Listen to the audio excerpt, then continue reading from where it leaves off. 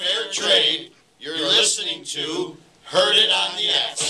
Generals gathered in their masses, just like witches at black masses. I consider this to be a protest song. I do. Yes. It's not part of our top 10 list. Welcome back, folks, to Heard It on the X, the East Coast premier music talk show. What we're talking about today are protest songs. Social, economical upheaval usually has created really great music throughout the history of this country, and of late, we haven't seen it. I mean, we definitely agree on that, correct? Yeah, Rage Against the Machine had a few in there. Yeah, but I think that's where it stopped. I think Rage might have been the last one. Henry Rollins, I guess, did right around the same time, and technically, maybe it was all in that same period, though, early 90s. Yeah. It seemed to stop. Nirvana, you know, they did a couple different things that... I don't know. It seems like to me. Right now, if you want to go to xshow.co, there's a live chat function. Click on the live chat function. You can get involved with the conversation. Let us know some of your ideas on protest songs. Or you can give us a call here in the studio, 803-1520, if you're listening and you've thought about a protest song. And once again, it doesn't have to be, you know, anti-government. It could be anti-anything. There's been a lot of different songs throughout time that are protest songs that came out of someone being disgruntled, and the artist, you know, chose to use music and a pen to get their ideas across, and we need this. We need more of this stuff, I think. I think it makes for great music. Not that Super Bass is not a great song. You know what I'm saying? Super Bass is a good song from Nicki Minaj. I had no idea what you were talking about. You never heard Nicki Minaj Super Bass? I was so confused when you said that. Do you know what? You miss so much stuff anymore. And I'm telling you, I don't know what it is with you. I think it's probably this new cult thing that you're into. I'm not 100% sure. The Kool-Aid parties are the best. All right, well, here's the thing. You don't know about Nicki Minaj Super Bass at all, right? No, I don't. What is it? Is it possible? Can you play Nicki Minaj Super Bass, just the chorus? Yeah, let me, I'll find it. Find it. You probably have it on your phone. Let's be honest. Yeah, right. But you don't know about Nicki Minaj? He's got it on his iPod. He's wearing a Nicki Minaj shirt right now. It's like... Jim, you don't have to play with us. We know that you have this song readily available. We love Jim. Jim is absolutely the best. But if you notice, it's getting creepier and creepier in there. Now it's like totally dark. Yeah, his room that he engineers the show from is now just completely He's like dark. Venus flytrap from He has a flashlight. Sorry. He literally has like a professional, like one of those metal flashlights in there because it's so dark. Yeah, it's nice. It's a mag light. Yeah. And now he's pretending like he doesn't have Nicki Minaj just readily available. Once again, folks, if you want to go to xshow.co. This is the song. I hope this is a clean version. So do I.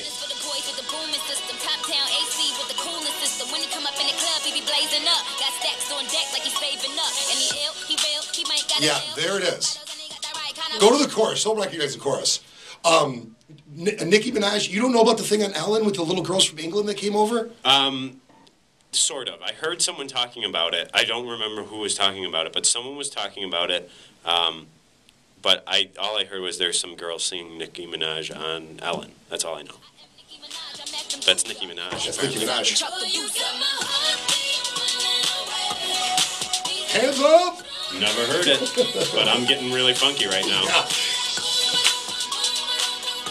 And here's the thing, in my opinion, honestly, I have been strangled musically by this type of music for the last 20 years. I don't know why it never changes. It just seems to be getting more mechanical, more computerized. I can't take it anymore. And no offense to Nicki Minaj, you know, but you know, these artists that are really products of producers, and producers have become stars, and artists have just become extra people that show their body parts all over the place at the worst time. I don't like it anymore. Right now, I think that we're in a social climate where, you know, things could change, music could change, people could grab an acoustic guitar and strum a couple chords and change things. Let's start with our list, okay? We're going to go with number 10 on our list, and most of our information came from gigwise.com, did a big compilation of different songs, protest songs. This is number 10, Creedence Clearwater Revival, Fortunate Son, which is a great song. This is a great song. And this is a song that Springsteen does in concert. Yeah, and I bet Pearl Jam does it live as well. They cover it. So why aren't these guys writing? Because they can just reuse this. Okay. Fogerty wrote it in '69 to protest the Vietnam War, and he took inspiration from the partnership of David Eisenhower, the grandson of President Eisenhower, and Julie Nixon, the daughter of President Nixon.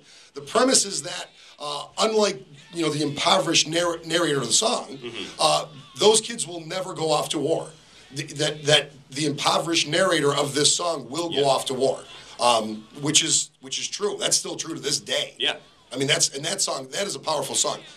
In my opinion, that would be closer to the top if this was my list. Yeah, if this was my list, I could see that top 5, maybe top 10. I think this list has to be backwards. I almost think it is. Maybe it is. Yeah. Yeah, maybe we're a little bit better. There's something wrong with my list because Super Bass isn't on it. I know Super Bass would be number 1. Let's go to number 9. This is Edwin Starr.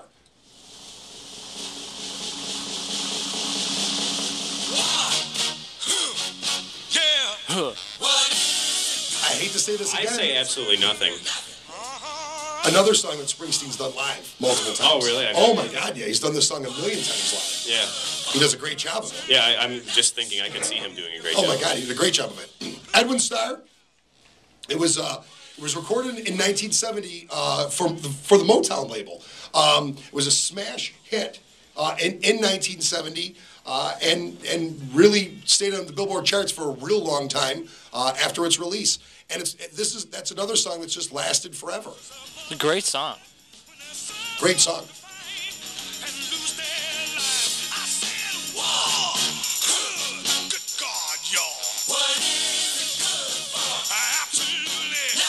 It was adopted by the anti-Vietnam movement too after its release. Yeah. Spent a lot of time at number 1 and shot up the charts instantly. The funny thing is, I remember my brother having a 45 of this song. I remember playing it. 45 was like a small little record. I know what it is. I just figured I'd let you know. I used them as they coasters. Were singles. Thank you. Yeah, they were singles, single songs. You want to go to the phones? Yeah, we have a song suggestion on the phone from Kenny is on the phone. Kenny, how are you doing? How you doing? You mentioned Prince had a song earlier, and he had a song actually called Hello. And it talked about the different things that was going on here in the United States. And that was a good song, lyrical content-wise. This is a Prince song? Prince, called Hello. And then the Temptations had a song, Ball of Confusion. Oh, that's a good one. You know what, Kenny? I'm a huge Prince fan, and I'm not familiar with that particular song. When was that one recorded? Hello came out, I would say, late 80s maybe early 90s. It was like a side B. It was never on the album. It was a side B to something. No kidding. Okay. Now that Kenny brings this up, another person who I totally omit. This is why I love when people call in. That I omitted from the list. Lenny Kravitz on his first album, Mr. Cab Driver, was definitely a protest song. Yeah. About mistreatment. That was great. Kenny, I thank you for calling in, brother. Thank you. All right, and it's a great topic, and I'm learning and I'm listening. All right. Well, hey, are you a musician, Kenny? I am. I'm a keyboardist. Why don't you come down Wednesday nights to Max Village Brew House, and we'll write a protest song right there. That sounds good. All right. That sounds good. All right, my friend. Thank you. Thanks a lot. All right. Bye-bye. Thank you to Kenny for calling in. Yeah, that's great.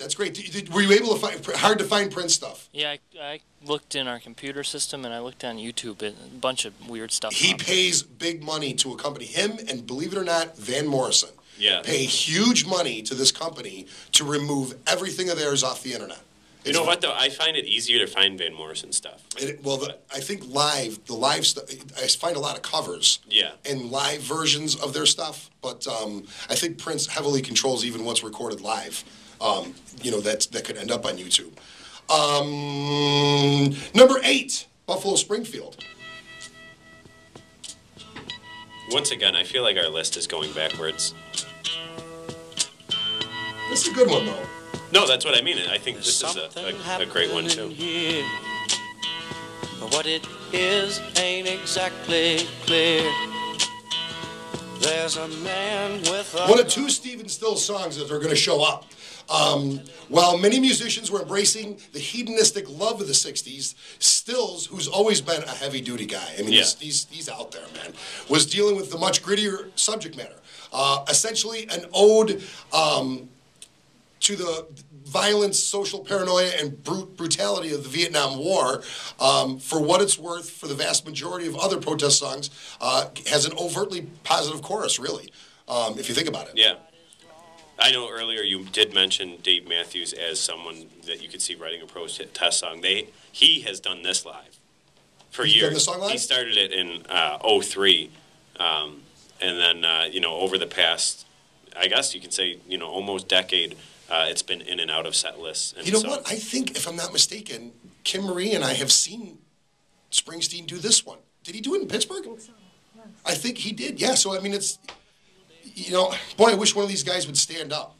We're going to take a small commercial break. We're going to come back on the other side with more protest songs. Once again, folks, if you're out there and you're listening, you can go to xshow.co and send us, there's a live chat link at the top of the website, and you can live chat with us here in the studio. Or if you want, give us a call at 803-1520 and let us know what you think as far as protest songs go. Kenny called in with a great one, which made us think about Lenny Kravitz. So there's other ones out there. Let us know. Stick around, folks. Heard it on the X.